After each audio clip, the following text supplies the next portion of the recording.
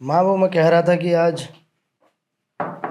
बहू, ये तुमने कैसे कपड़े पहन रखे हैं? इससे अच्छे कपड़े तो काम वाली बाई पहनती है। मम्मी जी मुझे तो घर पर ही रहना है ना, कौन सा कहीं बाहर जाना है जो सुबह सुबह तैयार होके बैठ जाऊं। घर का सारा काम खत्म करके मैं तैयार हो जाऊंगी। मेरी किस्मत में ना तुझ जैसी बहू लिखी थी।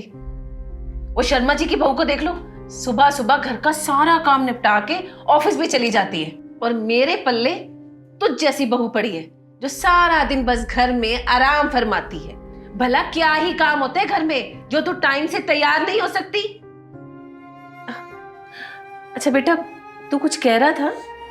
वो माँ आज मैं ऑफिस से थोड़ा लेट आऊँगा, तो आप हिका और राशि ना टाइम से डिनर कर लेना, मेरा वेट मत करना। क्यों, कोई मीटिंग है क्या जो तू लेट आएगा? नहीं माँ, ओवर टाइम करूँगा इस पूरे महीने, खर्चे बढ़ते जा रहे हैं और सैलरी से पूरा नहीं पड़ रहा। कितनी मेहनत करता है मेरा बेटा, और तुम इतनी पढ़ी लिखी होकर भी घर में पड़ी हो। ये नहीं कि कोई नौकरी करके पति के काम में कुछ हेल्प कर दो। मम्मी जी शादी के बाद तो मैंने आपसे कहा था जॉब करने के लिए, लेकिन आपने ही मना कर दिया था।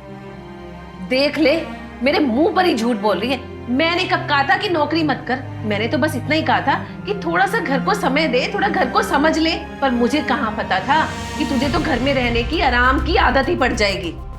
6 साल हो गए तुम लोगों की शादी को, तब से कर क्या रही हो? बस आराम ही तो फरमा रही हो। मम्मी जी अगर आपको लगता है कि मेरे जॉब करने से सब ठीक हो जाएगा और इन्हें हेल्प हो जाएगी तो मैं जॉब ज्वाइन कर लूंगी।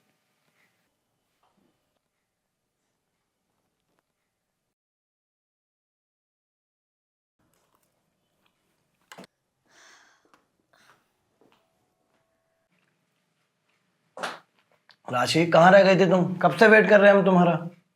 वो ऑफिस में मीटिंग थी ना, इसलिए लेट हो गई।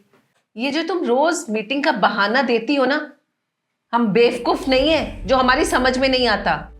माँ जाने भी दो, थक कर आई है वो। अरे क्यों जाने दूं?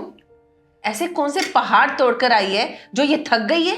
इसकी तो रोज की आदत हो गई है लेट आने की। मम्मी जी आप क्या कहना चाहती हो? मैं कुछ समझी नहीं। हाँ, मेरी बात अब कहाँ समझ में आएगी? वैसे भी कुछ ज्यादा ही एडवांस हो गई हो तुम। एक तो रोज ऑफिस का बहाना करके घर से निकल जाती हो, ऊपर से लेट आती हो। कुछ शर्म लिहाज तो है नहीं तुम्हें। मम्मी जी ऐसा क्यों बोल रही हैं आप? मीटिंग थी इसलिए लेट हो गई, इसमें मेरी क्या गलती? अब ऑफिस तो मेरा है नहीं ना, और मैंने ऐसा भी क्या कह दिया जो आप इतनी गलत तरीके से मुझसे बात कर रही हैं? लो जी, अभी भी मुझसे पूछ रही है कि ऐसा क्या कर दिया?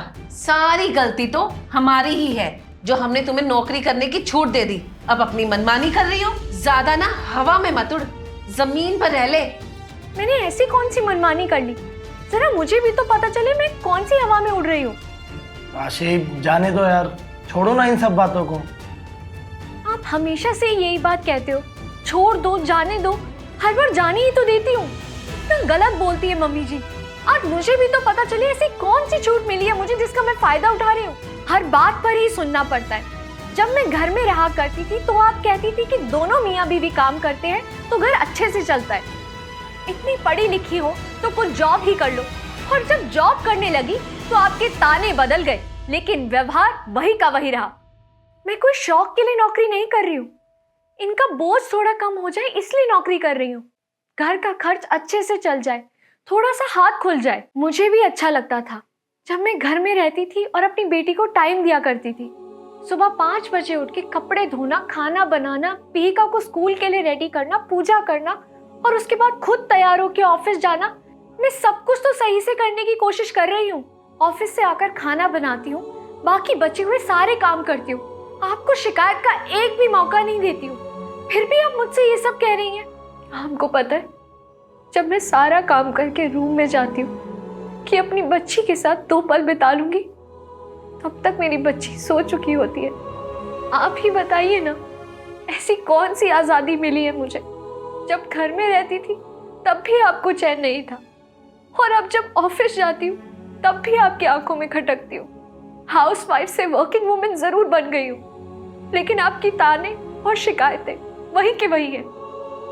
आप अच्छे से सोच के बता दीजिएगा कि आपको नौकरी करने वाली बहू चाहिए या आपकी जी हजूरी करने वाली नौकरानी।